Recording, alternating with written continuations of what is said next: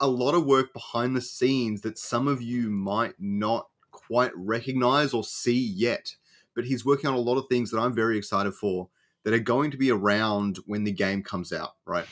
It's going to be really, really interesting, and I'm excited to see for the future of Illuvium and what it means for the player base, because I think audience retention is one of these things that is really hard to plan for, but you still need to plan for it. Not planning for it is much worse than ignoring it altogether, and I think Chris is spearheading a lot of that work on the back end in terms of customer support and making sure that everyone has an enjoyable experience playing Illuvium, essentially. So that's definitely what we want. So do you want to tell us a little bit about your role at Illuvium, Chris? Sure. Well, I mean, you've really hit the nail on the head there. The biggest focus for me is around player retention. We've got amazing devs, amazing artists, amazing sound guys, and amazing story guys that are building the core product. Mm. And then a few people like myself, like Porter, like Rich, that all sit out on the peripherals.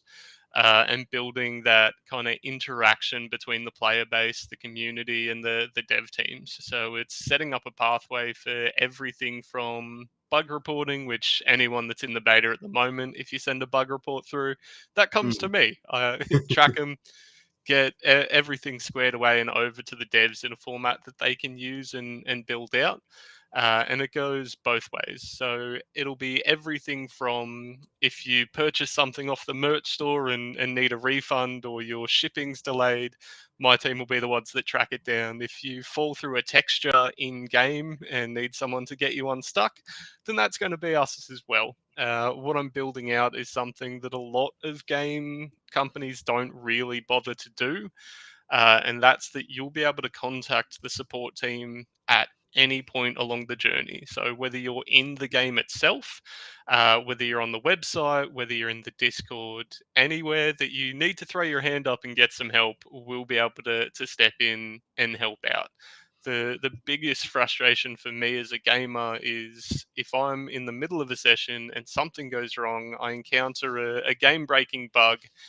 I've then got to log out of the game, go to the website, send an email through, wait 24 hours for an automated response, and then for someone to get back to me. And for me, that's just such an incredibly frustrating process. And Mm. it's that lag time between something going wrong and the team being able to fix it that's where you lose people. So Mm. anything that I can do to shorten that time frame between something going wrong and you guys getting a happy resolution, that's what I'm working on. And thankfully, Kieran and the rest of the execs have hired me before there's a problem.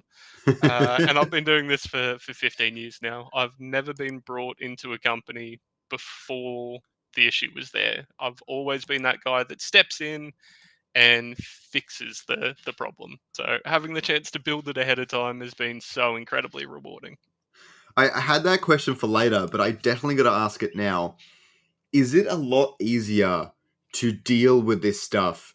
I mean, obviously, it's easier to do it beforehand, before the problem arises, but how much easier is it? Like, is it a really big difference? Oh, immensely. So I won't give names of any of the previous companies that I've worked for. They've all been great companies that have done Yeah. great things.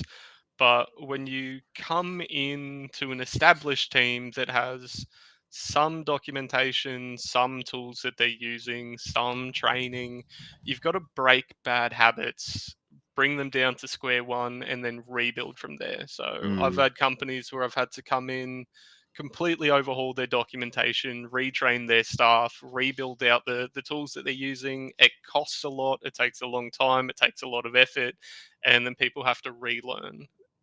If anyone's worked in support, and a lot of people have, I speak to so many people, they're like, yeah, I've been in a call center, or oh, I've been Mm. in IT support or something like that.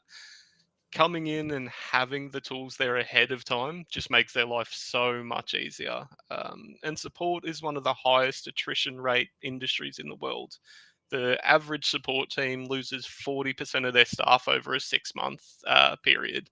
So I want a team that's going Jeez. to join me day one and still be here 10 years down the line when the whole Illuvium universe is out. Mm. Yeah, yeah. Even at my workplace, we have a support team, and they do a really, really good job. But I figured it'd probably be difficult to begin with, but they're in a pretty good spot now, and they're always adding to it and stuff because it's one of those things. They have some really cool systems. I might ask you about it. They have some really funny stuff. Well, it's amusing to me because I've never seen it before. But they have this giant screen up the top. And when they have like call waitings and stuff, it Yep. shows it. It shows how long that call's been waiting for and things like that. Do you have any The all that stuff set up? the good old KPI screen. So that's really a contact center based approach. So if you've got a company that takes inbound calls, which we won't be doing, will be email, will be chat, will be Discords. You find most gamers don't want to pick up the phone. But yeah, they'll have a screen up on the wall or a couple screens that says there's 10 calls waiting or 10 chats waiting or 100 emails that haven't been answered with a lovely little green bar that shows you're within the time frame that you want. And then you get a really bad day, something goes wrong, something in the company breaks, and you just watch that screen go from green to red. And then you know you're going to have a bad time. I won't be doing that for our team. As far as I'm concerned, that's a management level concern. Your guys that are working on the front line, that are helping customers, that are taking tickets, should never have to look up and see a screen that says you've got this much work waiting for you after you finish that case. I'll look at that. I've got a dashboard sent up that tells me how many tickets we've Mm, got, how many players are having problems, how long it's taking us to resolve their issues. How many bug reports have come in? Do we mm, have, you know, all different types of bug reports or 50 people reporting the same thing? We got a couple players in the chat. So, yes, if the game freezes and just stops going anywhere, we know I've got 75 bug tickets for that one and we're on it. But that's really something your management should be looking at. If you're on the front line, the only thing you should ever need to focus on is the person that you're talking to. It might take you 5 minutes to help them. It might take you 50. And a lot of support teams, when you hit that 5-10 minute mark, start cracking the whip. End the call, close the chat, get rid of them, get on to the next person. We're not going to be like that. It's about caring for the community. mm.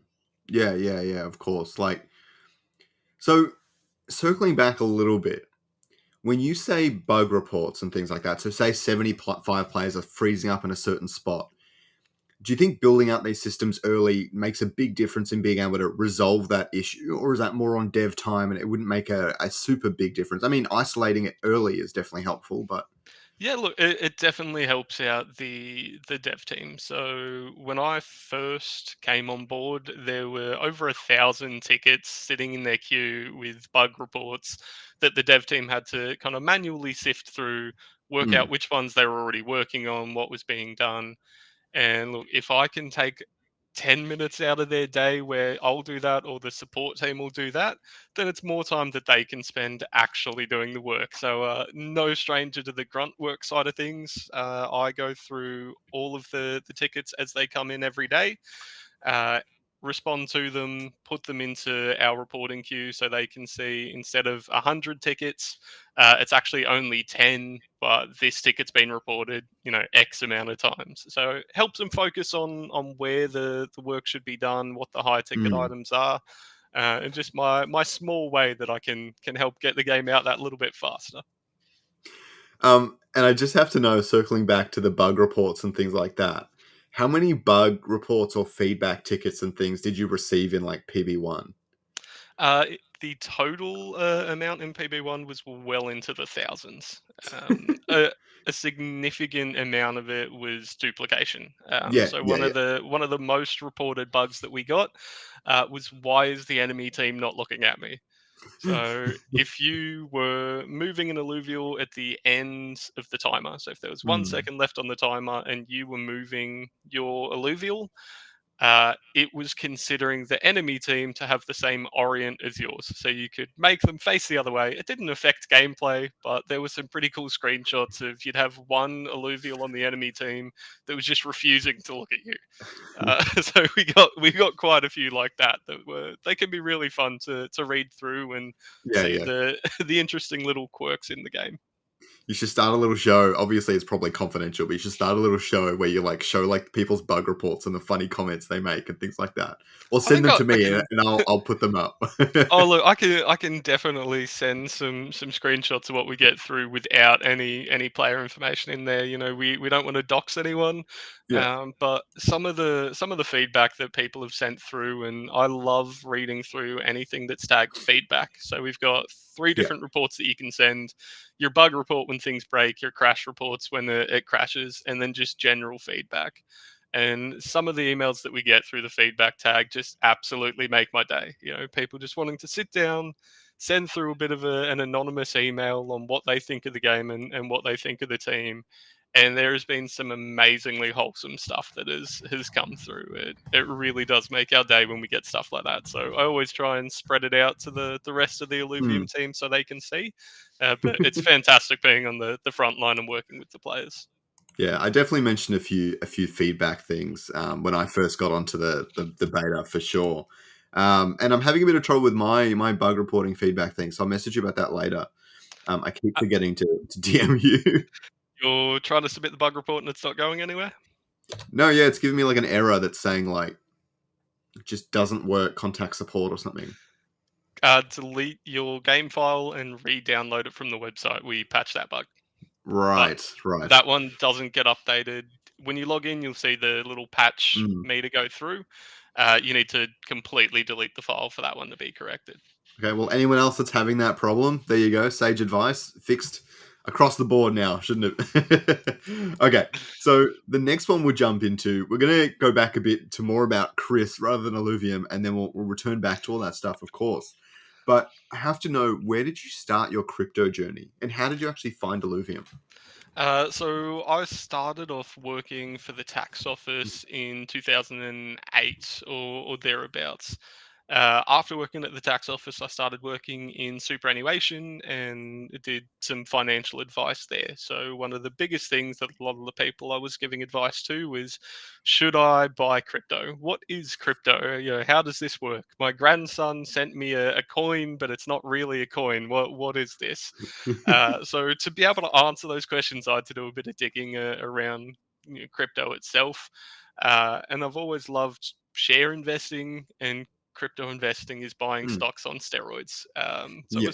it was probably early 2010s when I started getting interested in it. Mm, And I had all the friends that were the Bitcoin fanatics, you know, back when it was around 10,000. Like, you should buy Bitcoin, get into this. It's going to be the future of investing. And I didn't listen to any of them, and I'm really kicking myself for it now because they got the couple 100% returns from there. But just slowly dabbling with it throughout the years, and never really invested in it heavily until the last couple, right before kind of the GameStop madness, the mm, everyone GME to the moon. By then, I'd moved over into crypto, dabbling in a few of the different shit coins and some of the more stable coins. Held a bit of a bag in Luna before the crash, so mm, that was always disappointing, but we'll see where that one ends up in the long run. But as for how I found Illuvium, it was I can't call it anything other than luck. I'd known Immutable and Gilda Guardians for mm, quite a while, and they needed a head of support, which Jason Ball, who I work with, is absolutely fantastic. He beat me out for that role. But because I was following the Immutable page after going through those interviews, and Illuvium has that partnership, it popped up on my feed, and I saw that, saw the job opening here, jumped into the Discord, checked out the game, watched all the YouTube videos, and fell in love. I'd already written my resignation letter before I sent through the resume to Illuvium. So as soon as I saw this company, I had my heart set on it immediately, and mm, thankfully it was a really, really quick turnaround between interviewing and coming on board. um, Kieran and the rest of the team, I'm sure, wanted me earlier, but they were nice enough to give me 6 weeks to close down my other organization and hire someone to replace myself. But it was luck, it was fate, or something along that. The only reason I found it was because I was following Immutable. If I hadn't clicked that follow mm. button, I wouldn't be here, and very, very glad that I did. Yeah. Immutable is doing a lot of really good work with all their partnerships and everything, and they're building quite the suite of games. Honestly, I've been following Immutable X since they very first started, and I thought it was like this tiny kind of really crappy layer two thing, and I'm like, oh, it looks okay. I'm not really going to follow it closely, and I definitely should have. That was a big mistake. I probably could have gotten into the token relatively early, to be honest. So that was really interesting. But I think Illuvium, Immutable in particular, obviously Illuvium as well, is going to do really well in this space and really take over in many ways. So I'm excited to see them how they go moving forward, especially in the bull run. They perform particularly well in the bull run, so that's going to be interesting to see. So the other thing I want to talk about is what did you think of Oz CryptoCon? As many of you know, I met Chris at Oz CryptoCon. I think you come from Sydney, don't you? I do, yeah. Yeah. So what did you think? The Gold Coast was awesome. I loved it. What did you think of the crypto convention? There were some great things about Oz CryptoCon, and there were some not great things about Oz CryptoCon. I think I was away from our booth for maybe an hour over the weekend, so I didn't get to spend Mm, as much time going around and exploring as everyone else did. Um, I mean, we met some fantastic people. I had a chat to the guys at TCG World. I listened in on a couple of the talks that were being done.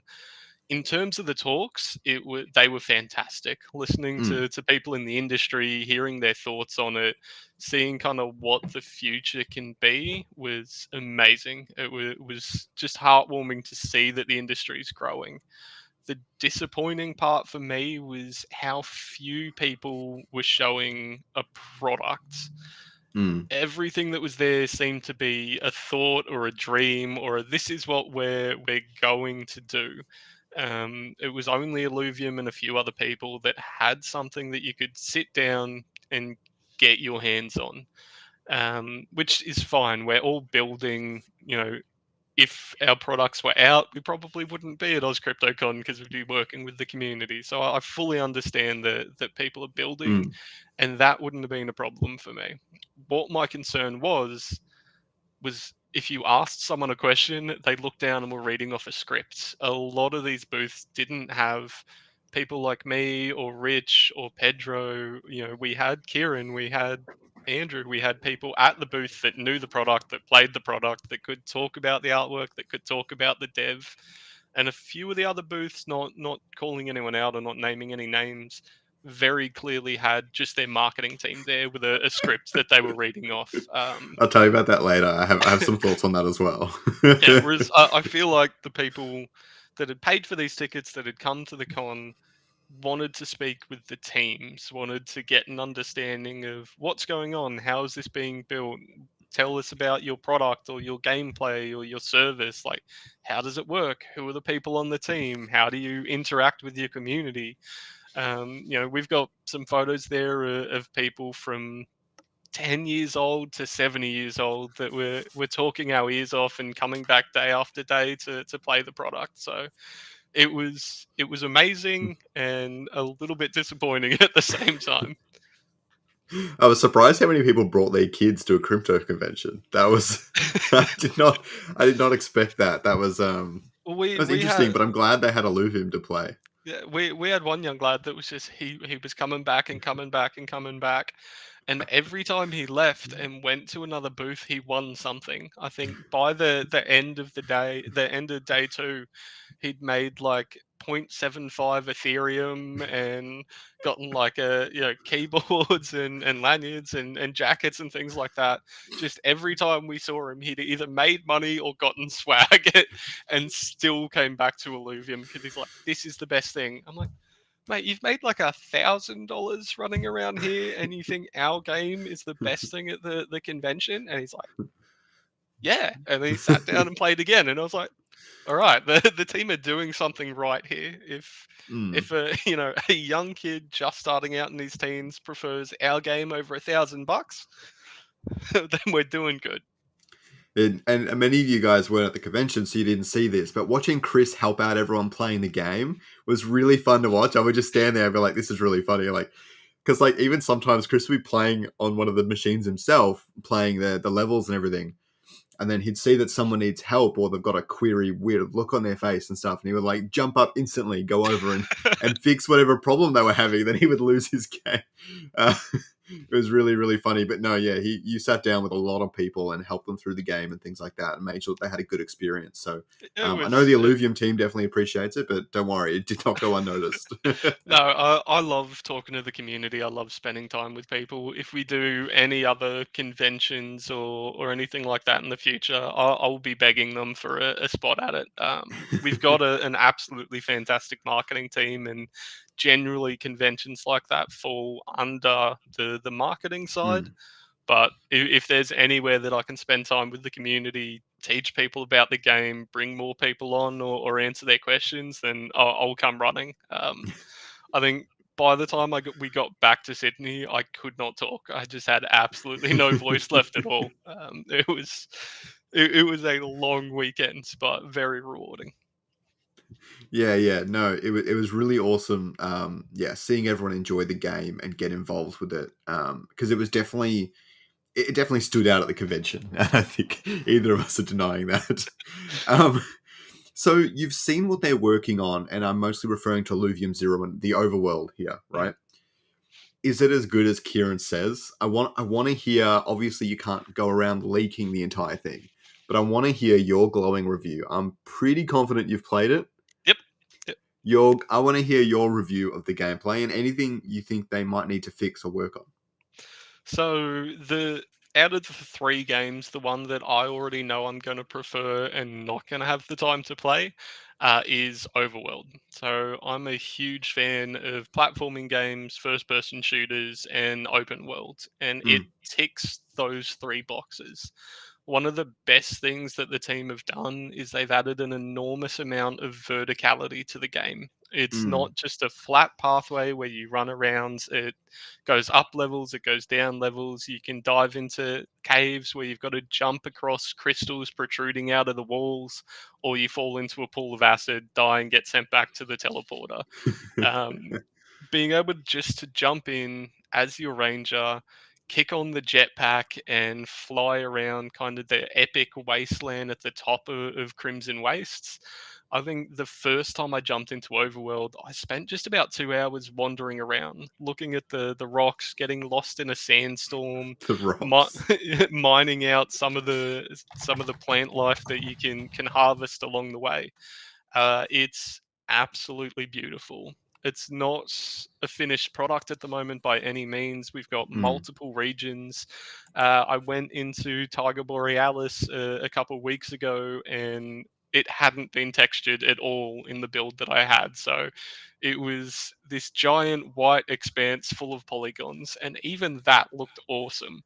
mm, But the level of detail that the guys are going to with their texturing and the time they're spending on just making it look beautiful is absolutely insane. As for Illuvium Zero, I would have played the original version that they said no to. I'm an Age of Empires fan. I played Civ back in the day.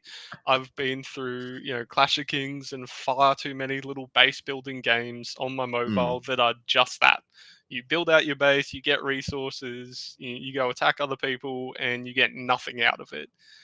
Seeing the new art style that they've put in, the updated texture packs, the new elements, the new gameplay that you can do in IZ, I'll definitely have that. Even if it was just as a companion app without the earning side of it, I'd still want to play it.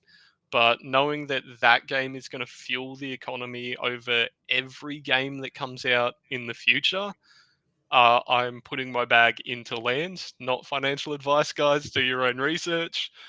But I'm not looking at it in the fuel that will support Overworld and Arena. I'm looking at it as the energy that will send you out in the first person shooter. What you'll need for Kieran's dream of the Illuvium Mario Kart version and things Mm. like that. As the game grows, as the company grows, land is only going to get better and IZ is only going to get better. And at the moment, I think that's the sleeper for a lot of people. Yeah, we've got the landholders that are, chomping at the bit and wanting to get access to IZ. but I don't think the community at the whole realize just how much that game is going to underpin the entire Illuvium universe. So, what do I think is going to be the most fun? For me, Overworld, just because I want to get out there, be the first person to catch a Ramfire and hold it over Kieran's head for the next 12 months. But you'll need all three games. They're going to balance each other out, and it's going to offer a little something for everyone. Whether you want to be a competitive PvP player in the arena, whether you want to spend your spare time farming for Ramfire to sell it to Kieran so you can retire, or whether you want to get that steady passive income from IZ, I think we're going to get so many different cohorts of gamers out of it, and they're all going to love the product. They'll grow, they'll change. What we put out in next year, hopefully, fingers crossed, is not going to be the same thing 24 months down the line. They're going to keep building it, they're going to keep editing it, they're going to keep making it into something amazing. But only the future will tell us where the guys go. But the vision that Kieran and all of the other Warwick brothers have is absolutely crazy. Yeah, yeah. Yeah, no, I'm very I just excited. bought 3 more plots. Great advice. Oh no. I just, I, yeah, no, I'm really excited to get my hands on it all. We've been waiting for ILV0 for so long, but I don't know. I'm excited to play the game, but I'm in no rush. I've got plenty of stuff to do. That was partly the reason I started YouTube at all. It was like, I'm so eager to play all this stuff. Let's get all our energy out onto the channel. Keep my mind busy. Hey, look, I um, appreciate someone that's not in a rush for Illuvium Zero, because I'm in a rush for it. Like, I want to see this game out. I want to see it in the hands of the people. But as much as I said I would have played the original version, I really hope we do some side by sides of the build that the guys said no to and the yeah, build that gets out to people. Like, I've already it's seen one, crazy. and I actually forgot what the original one looked like, and I saw the side by side. I'm like, wow, jeez. But I do want to return to Illuvium Zero briefly. I've seen Dick playing it on in the Illuvium Discord and stuff a little bit, but since they have all the cheat codes and things, it's really hard to visualize the progression of it all and things like that. I think even anyone on the internal team that has played the game hasn't actually, not that I know of, played it properly, as a community member would in the future, right? Um, how does the gameplay really feel in terms of longevity and stuff? Kieran's talking about 3 to 4 months to max it out and things like that. I Yeah, feel like look, I longevity is big for these sorts of games. What do you think? I definitely think around that 3 month is going to be what it takes a dedicated player to maximize their output from their lands. Once you hit kind of what you feel is the perfect amount of time and investment into it, you can pretty much just set it and forget it. But if you're anything like me, I love to tinker. I'll be in there on a couple different plots of land, checking things out, trying new combinations, shifting things around a little bit, selling off the fuel, or just hunting for those blueprints. So you're always still going to have the option to go through, scan your land, try and generate those blueprints, and have Mm. some functionality in it.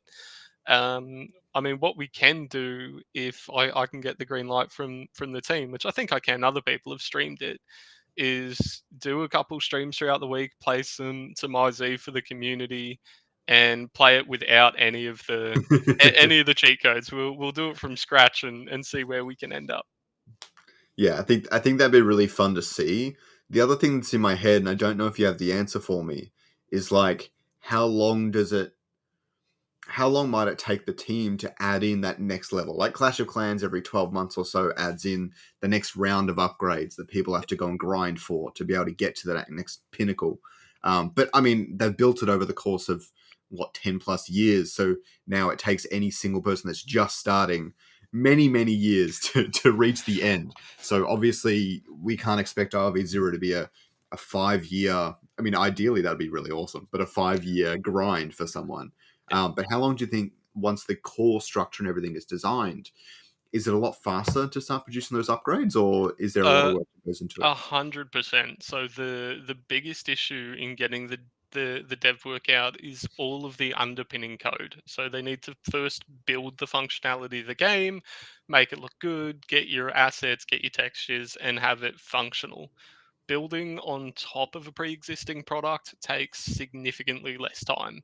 It's why you can see companies like CD Projekt Red throw out, 6 different Witcher 3 DLCs before they move on to a new game, Mm, because they've got everything that underpins that game. They've got the code base in there and they add it on top. You're putting things into an existing world.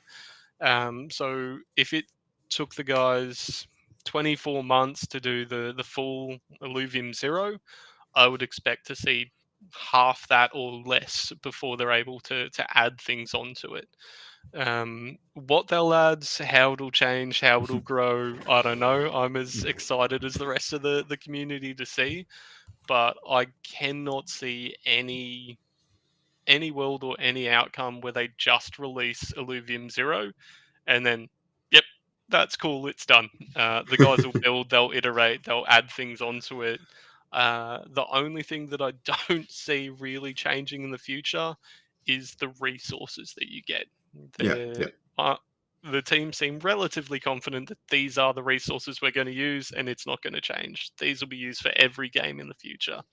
But the functionality, the playability, whether or not you can, battle other lands or work together, a giant Ramfy comes in and you have to raid it with your land or something, right? mm, There's all kinds of things that they could throw on there to make the companion app that little bit better or that little bit more exciting. But we'll have to wait and see what the devs come up with. I'm sure they'll be throwing things at you every couple of months in IZ.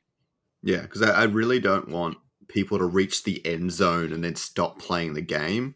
But at the same time, with the earning capability and things like that, I think it'll be fine. But I do like the idea of really minor events that are really easy to add in that will force you to tweak your land so that every couple of days or something you might need to adjust a little bit. Obviously, you don't want to make it tedious and boring or annoying.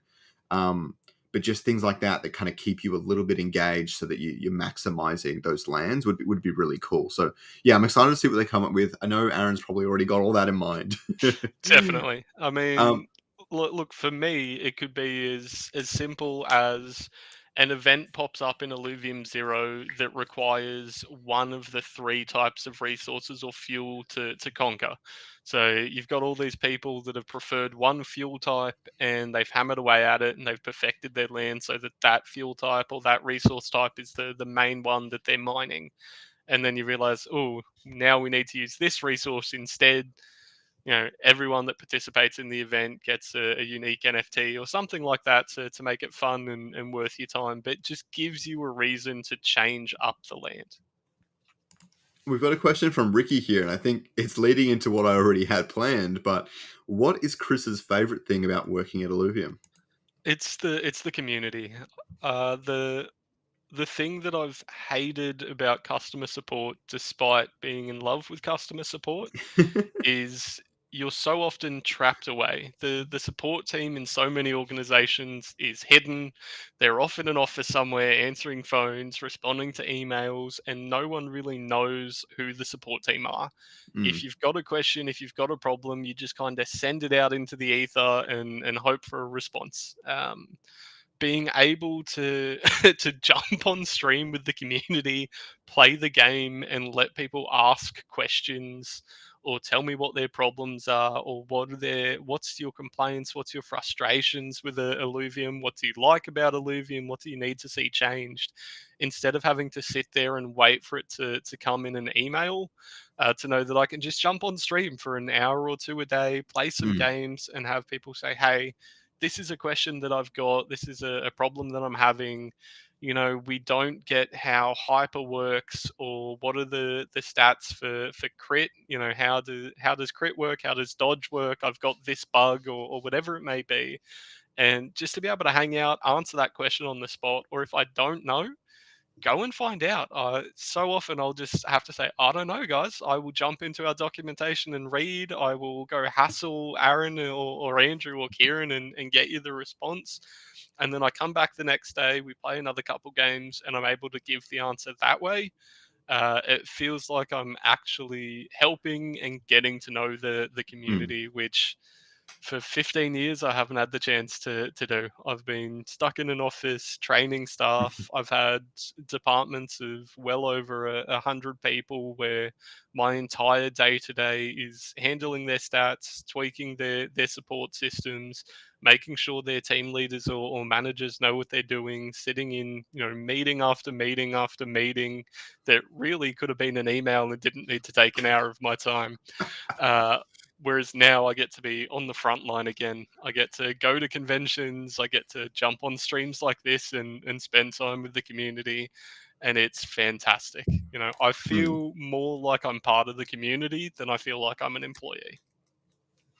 That's what you want. You want to be, helping out all day. And we definitely need people that are that bridge because, all the devs and everyone are so busy, but just having that bridge and having that person there to communicate with, that makes everyone's life easier. The devs, the community, absolutely everyone's life's easier is definitely really important. So we're going to return back to kind of what you're building in Illuvium now. Is you're working on many systems that aren't visible to the community yet. Well, The one or two. obvious the obvious one is obviously like a chatbot sort of a thing on the website that will have real people behind it, I'm sure, for the most part. What I want to know is you've talked about systems like this in the actual game. Can you Yep. kind of give us a picture of what that might look like? Yeah, so this for me is my dream of customer support, which the company's given me the chance to run with. 9 times out of 10, with any organization that you've got, you're using their product.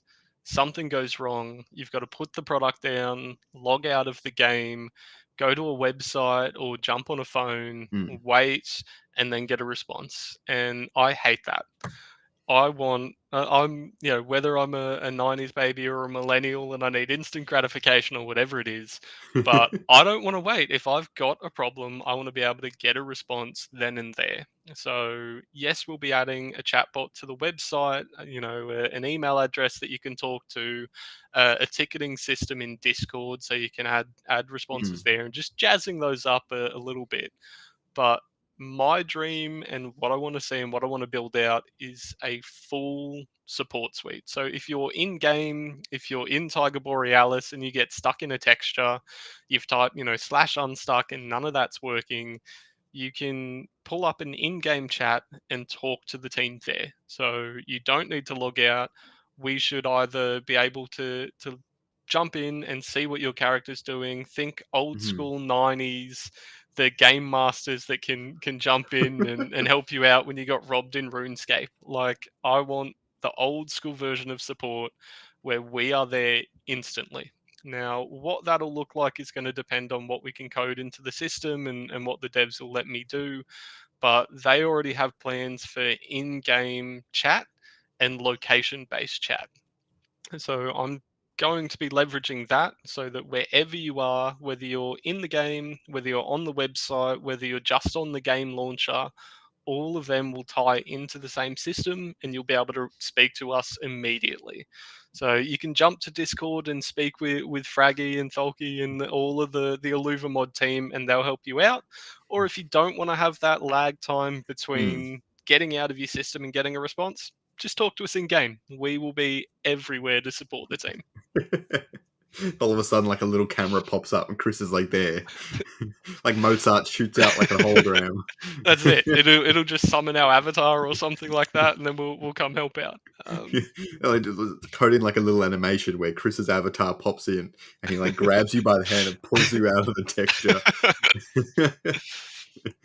That'd be really, really funny. No, I really like that. I hope Shiny I hope ram it's fight got helpful. away. Can we reset the encounter? Exactly. Like we'll take everyone at their word. No one's trying to pull the wool over our eyes. We'll get shiny ram fire back, and off we go. Absolutely, absolutely. So, how important? Wait, yes, no. Well, I will ask this one. Sorry, I'm a bit lost in my thing. We've jumped around so much. How important to you? We've spoken about it a bit, but how important to you are the support systems when it comes to gaming? You've talked a bit about your personal experiences with not getting the support you need or wanting to jump it into it really quickly and things like that. have you seen statistics and things or done some research into the areas where support does help with audience retention, or do you know any of those sort of stuff? I definitely do. So most organizations look at customer support as just a cost center. You know, you pay X amount Mm, of money for your support team, and that's that. Smart companies understand that customer support is revenue generation. The one of the biggest metrics that I use in support is a customer satisfaction score mm, and a negative satisfaction score. So you'll be familiar with, you take a call, you get to the end, or you do an email and you get on a scale of 1 to 5, how likely are you to recommend this to a friend or family member? It's similar to that, but it lets you know out of your entire player base how many of them are happy with the service that you provide. And what any organization wants to see is two metrics: a net promoter score, that's how likely you to recommend this to a friend or family, sure. above 0, and a satisfaction score in the 80s or higher. I don't focus on the satisfaction, I focus on the dissatisfaction. So if 15% of our player base are unhappy, then that's where your support team steps in. So we look at, why are they unhappy? What are the driving factors behind this? Is it lack of support time? Is it lag in game? Is it the cost of fuels? Is it how rare your different characters are? Whatever it may be, it's the support team and your business analysts that go through, crunch that data, and come back to the dev team and the organization with, this is the problem that needs to be fixed. We've got 15% of the player base that are unhappy. Let's knock that down. If we make this change, then we can get that number to 10 or to 9 or to 8. And for every number that I take away, that's 1% more people that stay in the game, that spend money or that make money or that promote it to other players and help grow. Mm. Marketing teams and customer experience teams bring people in. I stop them going out, but I also bring them in. If you have an amazing interaction with a support team, if they fix your problem straight away, you can turn someone that would have gone off and complained into someone that promotes the organization.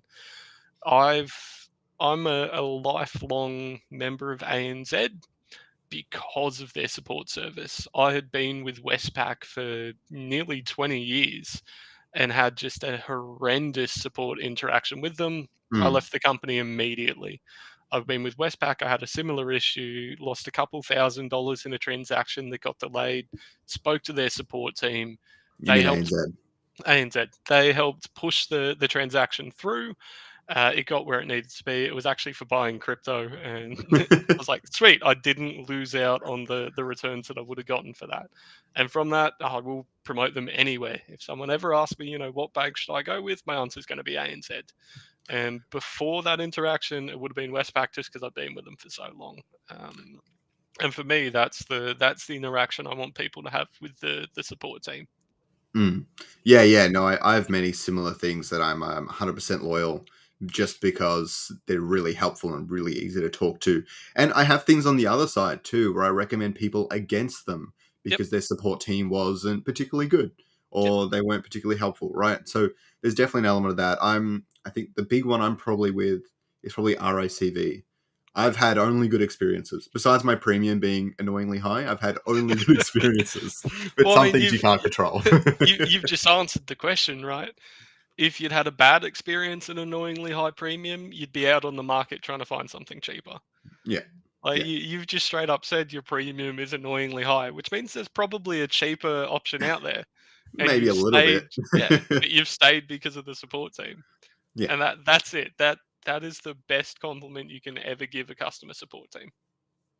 And for those of you not in Australia, he was talking about two of our big banks. My mum used to work for NAB, so that's who I've always been with. And I don't know, I've never really had many experiences with them. Lately, nothing super positive, but that's for another time. Ricky, you're a fellow customer service man. Awesome. I keep forgetting what people do because I meet so many people in the Illuvium community. But yeah, no, having I've good customer service is definitely something that should not go unnoticed. It'll make a big difference. Like if you want, Kieran talks a lot about having a better game and competing with Web 2 and everything like that. But you need to compete with Web 2 in every single aspect. And yeah. currently, Web 2 doesn't actually have support systems. I don't care what anyone says. I don't think I've interacted with any. I mean, maybe that's because there's not heaps of bugs and things like that. But There, there, you are- can there are see that. definitely some that do. I'm definitely competing with Blizzard. They're one of the gold standards in support in the Web 2 industry at the moment. If you log into the battle deck, you can get almost immediate response from their support team around everything: game crashes, billing, on-site bugs, marketing, advertisements, everything. Their team are so knowledgeable and so quick, and they're the standard that I'm holding myself to. I'm not going to be happy until what I build is better than Blizzard, and then once it's better than Blizzard, I'll just start chasing myself to make it better and better. You know what? I have actually had some good experiences with Blizzard in the past as well. When I was much younger, so I don't remember them all that well anymore. But no, I've definitely interacted with them quite a few times, and they're really good. But not many others have too much. I mean, as you can see, how much a bad PR can go with things like Cyberpunk and stuff like that. Maybe that's not necessarily related too heavily with customer service, but I feel like that game wasn't tested enough, and getting community feedback and beta feedback and things like that early enough is probably a big element of that. Do you think they missed some of that, or Look, I definitely think, and this is where what we do ties in. They Cyberpunk dropped the ball in terms of their bugs and the initial gameplay. Whether that was a failure to listen to the community, or whether it was a failure in the QA team, or whether it was just time constraints and budget constraints, Hmm. who knows? Maybe they ran out of runway and thought, well, we need to put this out and make some money, and we'll fix it in the future. And kudos to them, they have. I brought back in after the Cyberpunk show came out. After I watched Edge Runners, and I was like, I'm gonna try this game out again. So much better. Like the work that they've done to get it Hmm. good has been fantastic. But I mean, they are a cautionary tale in the industry, and a prime example of why Illuvium isn't doing release dates at the moment Hmm. is we don't want to be a CD Projekt Red. We don't want to put the game out, realize that it's not what we wanted, lose the player base, and then have to spend 24 months fixing it before it goes out. Um, Walking Feather, yeah, yeah, definitely. It was pushed by the community to get put out, but we get the same thing every day. I mean, I get at least 50 comments in the Discord of when. And the email for support is just support@illuvium.io. If you have any issues, any concerns, you can email there. I respond to every email directly.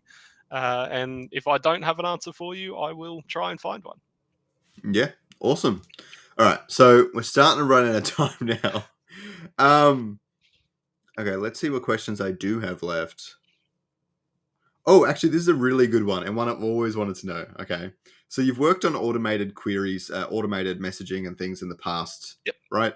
So I've always wanted to know what percentage of queries can actually be eliminated with the automated messaging component. So personally, I've used lots of the chatbots, emails, and things like that, and I'd say maybe 30 to maybe I'm just have all the weird questions, but maybe 20 to 30% are getting eliminated with the automated responses.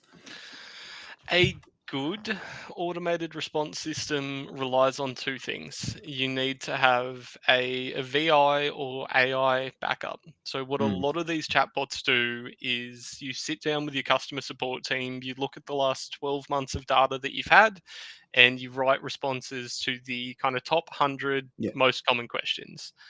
They're generally not in conversational English. They're very yeah. kind of FAQ based. Tick one of these three options. Hey, did we help you with your inquiry? No, I'll transfer you over to a chatbot.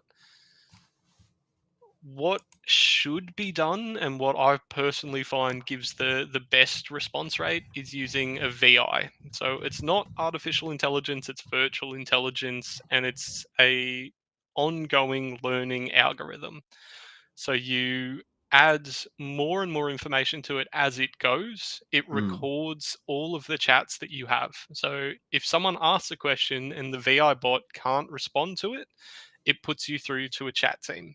It will then record that chat, distill it down as much as it can, and publish that in the back end for your knowledge management team to review. So every day it goes through and says, this is a query that I couldn't answer, and it gives them how it would respond to it. So this was the question, this was the answer, or the link, or the form, or whatever it may Mm. be, and it builds on itself. Now, those are expensive. They take a lot of time, a lot of development. You need an active manager to control the back end and the system in it. But in previous roles, I've reduced touch points by up to 65% by doing that. It's a lot of investment, but it saves a significant amount of time and money, and means that your support team are only dealing with the big ticket issues, the things that the bot can't resolve, that can't Mm. be found on your website, that you don't have documentation for, and that they need to dig into. Yeah. I think as Illuvium produces more games and things, the initial investment up front will definitely make a lot of sense. Do you know if Illuvium's going to be having something like that being built or not decided yet? That's definitely something that I'll build. It won't be on launch. No, no. Building something like that requires a pretty hefty database, and I'd say at least 12 months of data before I'd be able to have one built and coded. So it'll have to Mm. wait until after the full game launch. But my plan is to have an initial bot with kind of those basic FAQ Mm. answers straight away that times into our team. And then as we generate revenue, as the game grows, that's when I can hit up Danny for some money to add the bells and whistles. I'm doing everything in support on as much of a shoestring budget as I can, Okay. because we're not generating revenue. Now, I know if I came to Danny and I asked him for X amount of money to get something done, he would probably say yes. But if I can, is Chris Shirt and Illuvium one? It's our Illuvium team jerseys, and they are fantastic. I've got some other Illuvium shirts here, but once once Porter gets his line going, I'll be on stream repping some. Like the artwork he's doing is amazing. But yeah, Mm. for now, I'm a one man army in terms of support. We'll be bringing a few people on, and when we grow, when I need people in the department, I will be putting it up on our job page and in the Discord, because I've already spoken to a number of people that have support backgrounds in our Mm. community, and who better to hire and bring on board. We're a DAO, we're decentralized, we're going to be working with customers literally 24/7 because our player base is everywhere, and I'll need a support team that can mirror that.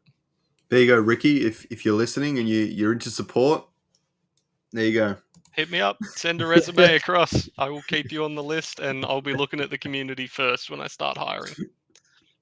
Awesome. Um, so the other one I want to ask is you'll have support systems and things on the website, and you'll have it in the overworld, of course.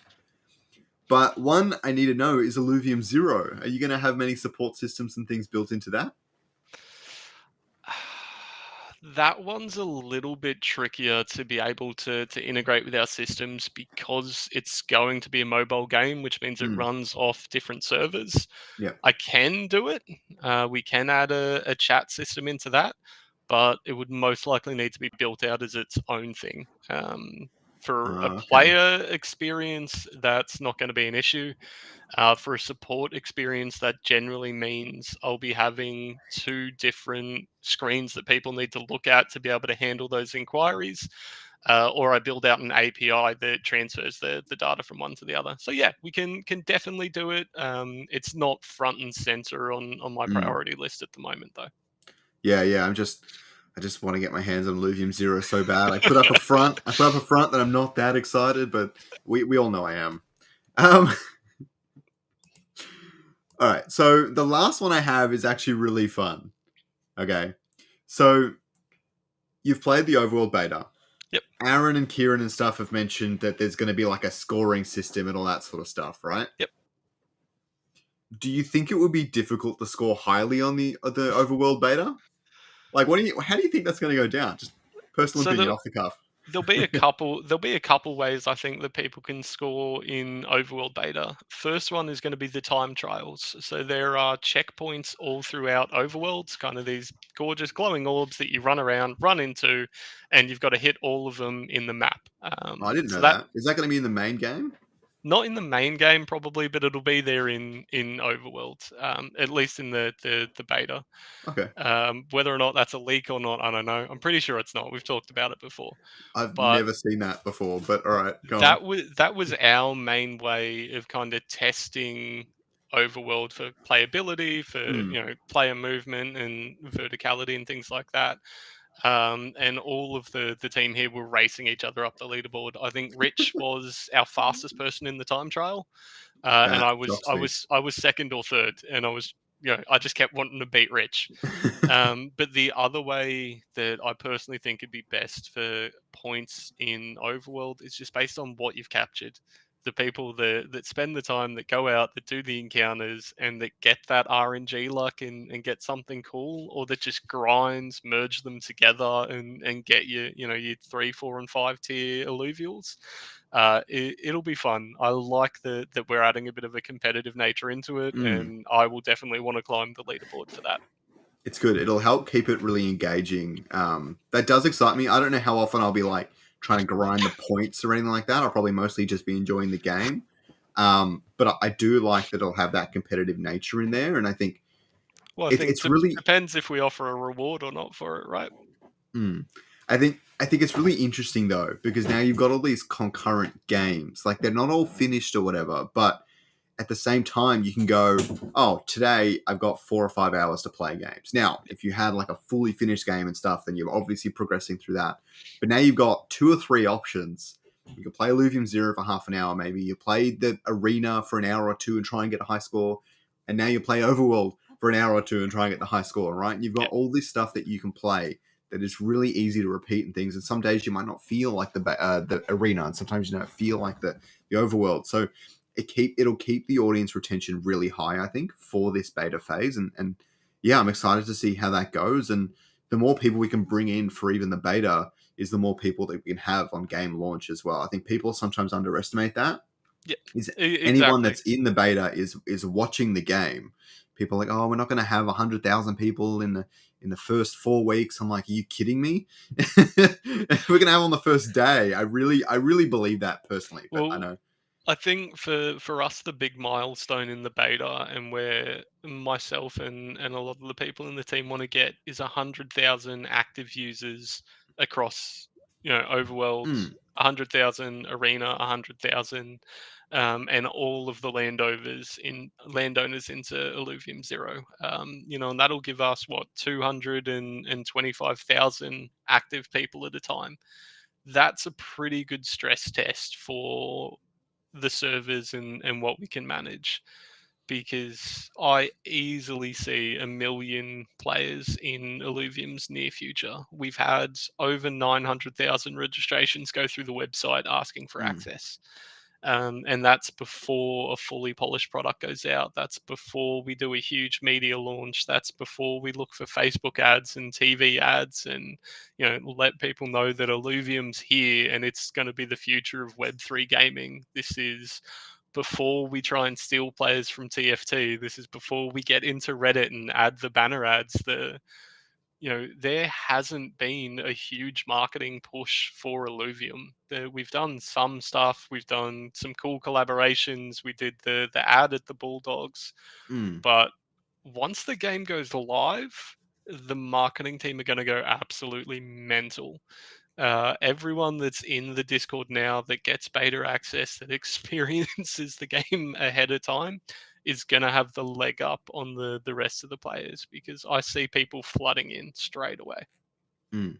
Yeah, absolutely. Okay, so this has all been really awesome. It's been so much fun talking to you. I really enjoyed learning about the customer service side and things. I think it's definitely an underrated aspect in most things, especially gaming. And I'm excited that you're building out all the systems that we need, and you're hanging out with the community as much as you do. I think getting that touch base with them and touch base with even people like myself and other content creators and things is really important.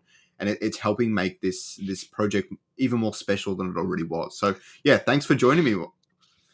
Oh, thanks for having me on. It's always great to spend time with the community. I don't think my face has really been out there for everyone yet, so hopefully I don't get bullied as bad as Dream or anyone like that did. Otherwise, guys, hit me up in the Discord at any time. You can reach me on Discord. I got bullied into setting up a Twitter, so you can reach me there. And then I'm going to do a shameless self plug before we go, if you don't mind, Scoriox. Yeah, that's all right.